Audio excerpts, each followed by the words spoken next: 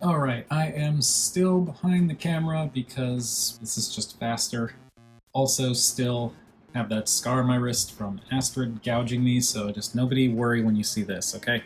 Anyway, today we are talking about DX9 Giuliano. I've wanted a vaguely masterpiece-ish drag strip for a while, and I was eyeballing a Fans Toys version for a long time, but that thing is really expensive, and also when I went to get Diana's opinion on it, she pointed out how it's basically just a guy in a banana jumpsuit. So it's a little bit, uh, like, I know it's cartoon accurate, but it is very kind of boring in terms of coloration because it's just yellow all the way until you get to the head, and I guess the chest because of the engine block. Whereas Giuliano here, or Dragstrip as his name is on box, has a lot of like yellow and some red to kind of break up that deco, which I think is really good. Also, this guy was on sale. I got him from TF Source, one of the very rare instances where they actually had not just reasonable prices, but actually really incredibly good prices, and this guy is 40 bucks. 40 bucks for this, totally worth it. Even if you can see his face just right there, right in the middle there. It doesn't bother me really, because if you're looking at it from any angle except like this, you're really not going to see the robot head in there, so I just don't care. But yes, Giuliano is Dragstrip. He's a Formula One car with it's a specific model, I forget which one, but Formula One car with the two tires in front on each side and the one big one in the back. I love the coloration that they've got going on here though. And yes, he does have his gun stored on the side. It's a shame he doesn't come with two, but he only comes with the one, but it does peg on there, and I'm going to get it out of the way right now because I just want to talk about the car. And that will probably pull this panel up, but it's easy enough to put back down. And it doesn't, this panel does not, on either side, it doesn't like come off on its own, but if you stick in the gun, there is a chance it'll pull that panel off, which is a little annoying, but eh. And then real quick, looking at the gun, just push that tab in to flip out the handle, and it is, I guess it's Dragstrip's gun? I don't know. I know his has a longer barrel and a scope on it most of the time, so I guess that works. Some nice simple molded detail on there, and it's this really nice metallic purple color, which I think is cool. So yeah, there is his gun. We will see that again when we get to robot mode. As for the car itself, it's Dragstrip. Like I said, I do, again, really like the breakup that they did here, though, with the red stripes, which I know are kind of supposed to be there, but I also like the kind of goldish color that they have for the top of the scoop and these little bits back here behind the engine block, and a little bit more going up along the driver's section in the center here, some little bits on the vents here, and of course the scoop in the front. And they also did the edges of the rims in silver, which is really nice. And you also get some of that gold in the tailpipes as well. So yeah, the deco is pretty cool. And I did obviously add some repro labels. I added a repro label in the center here and split it down the middle, so when this splits apart in transformation, it doesn't, there's not half a Decepticon logo hanging off the back of the arm. And I also added the one that is going to be on his shoulder in robot mode. So yeah, it's a really nice looking car. Again, I really like how they break up the color here. The shape is cool, and it rolls so well.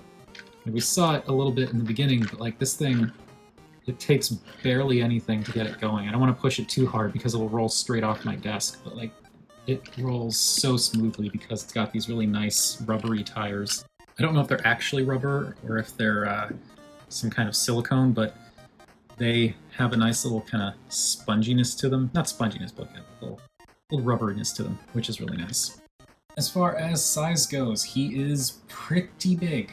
Definitely not in scale with the Deluxe, but with something that's kind of vaguely supposed to be Masterpiece-ish, that's kind of a given. Though I don't believe this is actually supposed to be like full-on Masterpiece scale, because the robot mode is definitely much bigger than a Masterpiece Carbot, which we'll see when we get to that. But what we can see now is how he stacks up next to other drag strips that I own. I do not have my Transformission drag strip in here. I do own that. I really want to talk about that team at some point, but this is what I've got. Transformission drag strip is in ARM mode, so he's just going to stay up there for now. But here we've got Legacy drag strip and Magic Square drag strip, and again, you can see just how massive this thing is. compared to the other options. Like the Magic Square version of Dragstrip is practically small enough to be the driver for this thing in robot mode. And then Legacy Dragstrip, again, is like, it's so small in comparison. But I do like how they all have that deco with the brown just kind of, or in this case gold, and like a stripe almost going down the center of the vehicle. And here he is with the duck tank. Alright, now let's turn this into a robot. It's actually surprisingly straightforward. I really like this. It's just there are certain things you want to do in certain orders. So, fold in the roll bar there. These bits on the side you want to pull out. And the reason you want to pull these out, and you can swing them down just to get them out of the way, but the reason you want to pull these out first is because they peg into these sides here, so if you want to do anything with these sections, you're going to have to unpeg them. So that unpegged. You can also flip the engine up a bit. We will deal with that later. Then spin it around, and these bits will swing out, and this section in the center will separate. And now getting the legs out is a little bit tricky, but basically you want to kind of pull them back this way and pull them out because they kind of hook into some stuff going on in here. It's a little bit weird, but just kind of pull back and out. And there we go. But you don't need to force it, but you kind of want to give it a little tug and it'll unpeg or whatever it is from there. And that frees that up. Now you want to swing this in and move this wheel down, and the wheel pegs in right up here. And be careful not to pull too much on the wheel, because I don't want to pull this off.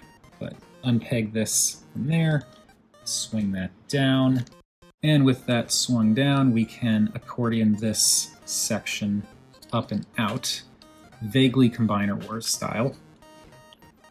So that goes up, like so. This section here unfolds and accordions out, and then this will swing around. But actually, before we do that, we want to take care of this section here. So this little yellow piece will fold out, and when that folds out, this will slide together. So then we can bring this in, swing this around, and this is kind of hard to see, but this little lip section here will go right underneath there, and this swings in and we'll peg into the side here, and that keeps that from flopping around. This gold section here pulls up, which can be a little tricky to do with how everything's situated, but this pulls up, and then this pops open, swings around, and clicks back into place facing this way now, and then this swings up and pegs into this bit here. Let's bring that up, make sure that's straightened out, and get it lined up, and peg it in, and there you go. And lastly, for the leg, the wheel kind of swings around, swings up, and swings in this way. So you want to angle it, not hard to show, but you want to angle it so that it swings up and into that little section there. Then you can bring this back down, flip up what will be the foot, flip back what will be the heel, and yes, I know there's more you can do with this to kind of angle things differently, but this is what we're doing for now. And that is one leg done.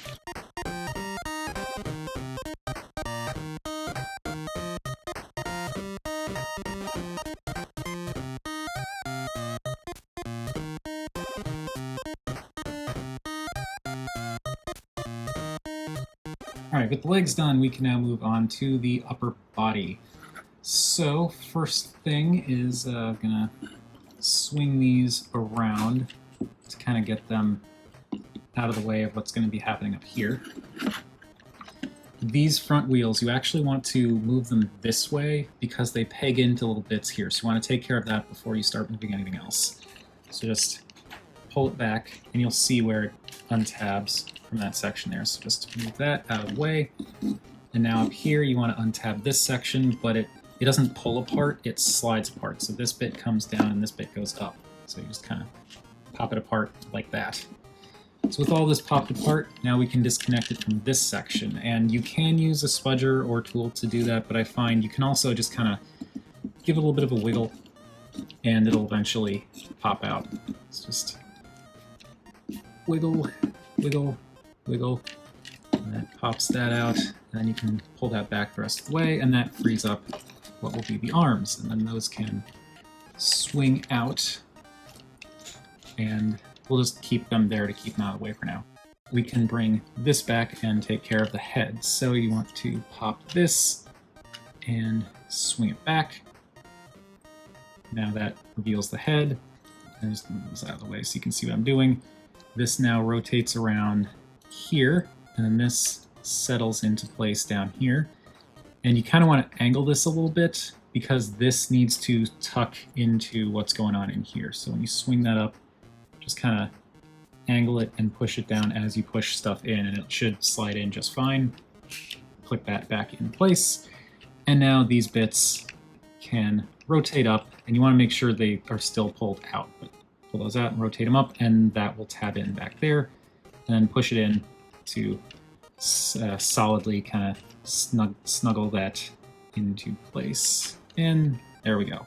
And now, of course, we can finish the chest. So you take this engine piece, flip it around 180 degrees, fold these bits in, and push this back, and this will just tuck into the chest. And push that in, and there we go. Now he's got his engine chest. Lastly, for the arms, you can rotate them around, and then these bits are on a double hinge, so you can hinge those forward. And now you've got a couple of options here, so I'll show you one and then the other. But basically, you hinge that forward, this bit can come down a bit, and now there's this panel back here that can fold in, and that will clean up the bicep. This rotates forward, and then this opens up. When you open that up, you can see the fist in there, and that will kind of slide up and rotate, and it's on a little bit of a slider. So you want to rotate that around and then slide that down into place. This folds up, and then the end of the spoiler has a little tab on it that tabs in there. So we'll take that in and tab that into place. Then rotate the fist around, and there is one arm. Now, the other option you can do, which is actually what I prefer to do, is there is a rotational joint built into this. So after you hinge these down, so you want to rotate this around this way.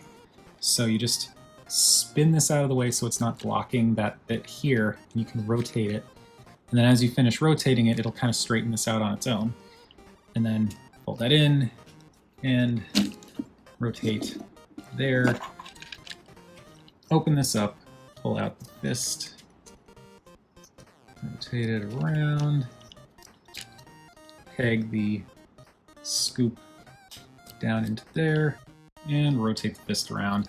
And here you can see the different options that you have for the shoulders. You can leave them vertical, it's more like the G1 toy, or you can arrange them so that they're more horizontal, more like the cartoon and most other depictions of Dragstrip. So I prefer this, so I'm going to change this, but I just wanted to show you that you could do this. And at long last, here we have DX9 Giuliano or Dragstrip in robot mode, and this looks really, really good. I really like this. It's very much Dragstrip. It's kind of, you know, a lanky, almost boring-looking robot man in yellow, but these gold accents really set things off. I like that you have a bit of gold in the feet, the knees, the pelvis, the torso, and even you get a little bit in the forearms if you're looking at them from the side. But I like how that gold breaks up the yellow, and because it's gold and yellow, it's actually pretty complementary. It's almost like getting a shinier, darker yellow on top of the bright yellow. It's got pretty much no kibble. Like, he's got the wheels down here, but that's kind of part of his design. And he's got these panels back here, but like, what do they do? Like, they barely stick out. He's got the wheels on his shoulders, but again, those are supposed to be there. Really, the only thing that kind of is like, maybe you could have a problem with it, I guess, is the spoiler, or not spoiler, the scoop in the front curling around for the forearms. Which, yeah, I can see that kind of being a little bit but it really doesn't bother me at all, and I think this guy just looks really cool. For the most part, he's just a lot of smooth surfaces, but I like how a lot of it's broken up with bits like these molded kneecaps here, and you've got a little bit of molded detail on the insides of the knee section. Get a little bit of texture on the driver section from the vehicle mode. And it's mostly just smooth stuff on the arms too, but I just really like how they kind of mix up the G1 aesthetic with something that's a little bit not G1. I also really like that you have the option with the wheels on the shoulders, because I definitely prefer this, but I know other people would prefer other things, and so I feel like giving people the option for both is great. Like, everybody wins, basically. Now, the head is very, very drag strip. It's kind of that telltale drag strip look with the almost like boxing headgear wrapping around his head, the little purple ears sticking out, the purple top of his head, the visor. The only real complaint I have, well, I've got two complaints with this head. One being the shade on the visor. It is red. It's not like an orangish red, but it is not the same shade as the orange that's going on here. But it's so close, it's hard to tell sometimes. I do kind of wish that that was either a metallic red or like just a darker color to separate it out a little bit more. Also, these ears, they're fine. I like the metallic purple that they've got going here, and I also really like how this head just stands out from the rest of the body. But the ears, it feels like they rub a little bit when you're transforming them to or from alt mode, and I worry that they're going to start chipping. I haven't noticed anything yet. I've transformed them a few times, and they seem to be holding up just fine, but that concerns me a little bit.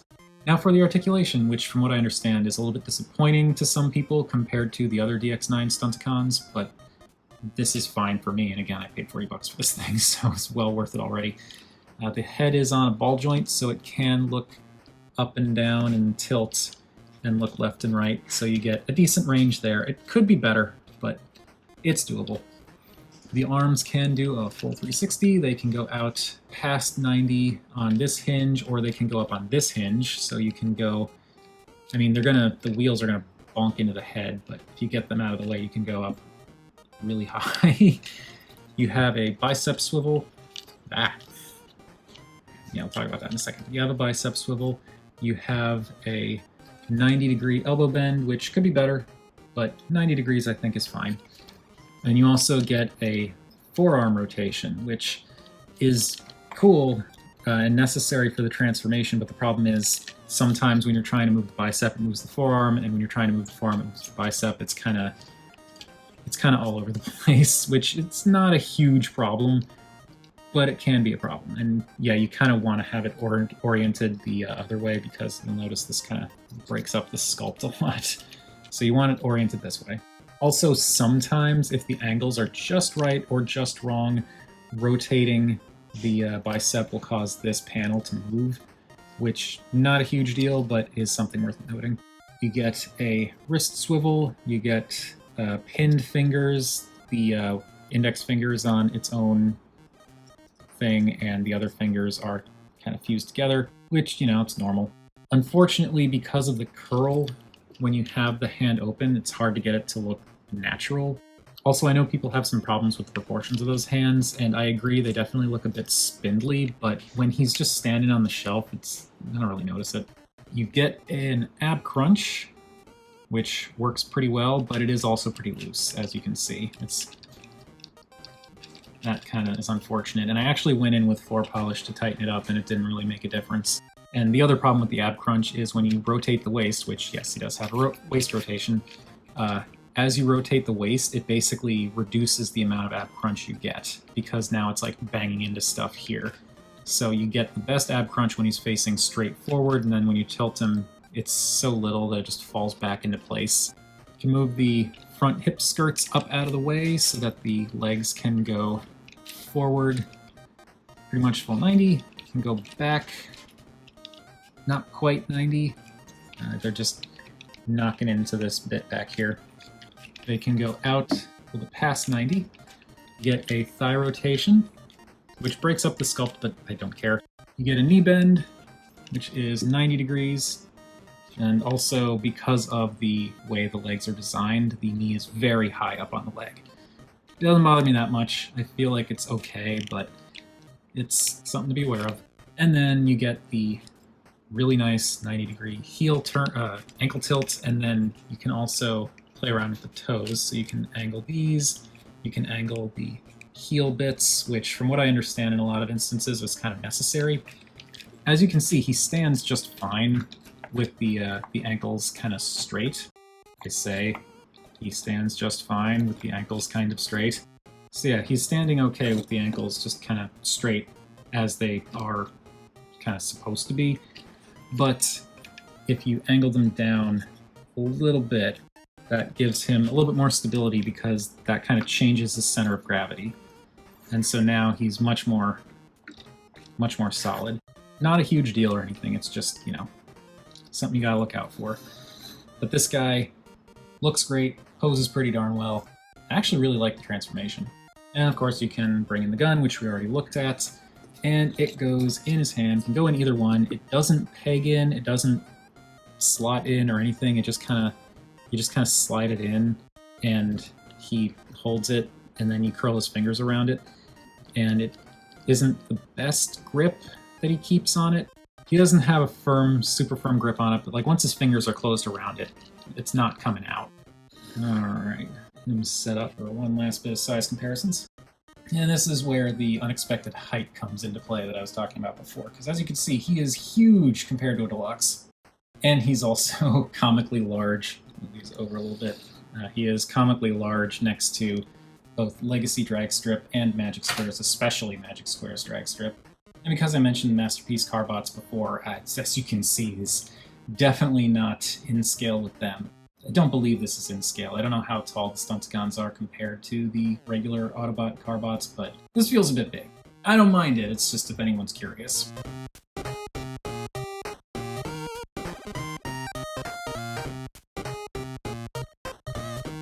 And here he is with the duck tank. So that is going to do it for DX9 Giuliano, their Dragstrip. And as I said, I actually really like this figure. I really wanted a Masterpiece-ish Dragstrip for a while. The transformation is fun, the figure is nice and sturdy and solid, and he's fun to mess with. He looks great, and for the sale price I got him at. So yeah, if anyone is interested in a standalone Dragstrip, I would highly recommend this one. I have no idea about the Combiner team. This is the only DX9 Stunticon I have, and it's the only one I really plan to hang on to. Well, no, that's not true. I've actually got Breakdown on order, but I don't plan on getting the full Stunticon team from DX9. I don't have any interest whatsoever in their version of Wild Rider, Dead End, or Motormaster, so this plus Breakdown is all I'm going to want. And I think just as a standalone robot figure, not looking at it from the whole Combiner aspect, this guy is a ton of fun. But that's enough about what I think. What do you all think of DX9 Giuliano, or Dragstrip? Still can't believe they put his name as Dragstrip on the box. Whatever your thoughts, feel free to chime in down below. I always enjoy hearing from you all. Thank you everybody for watching, and remember, art is more than meets the eye.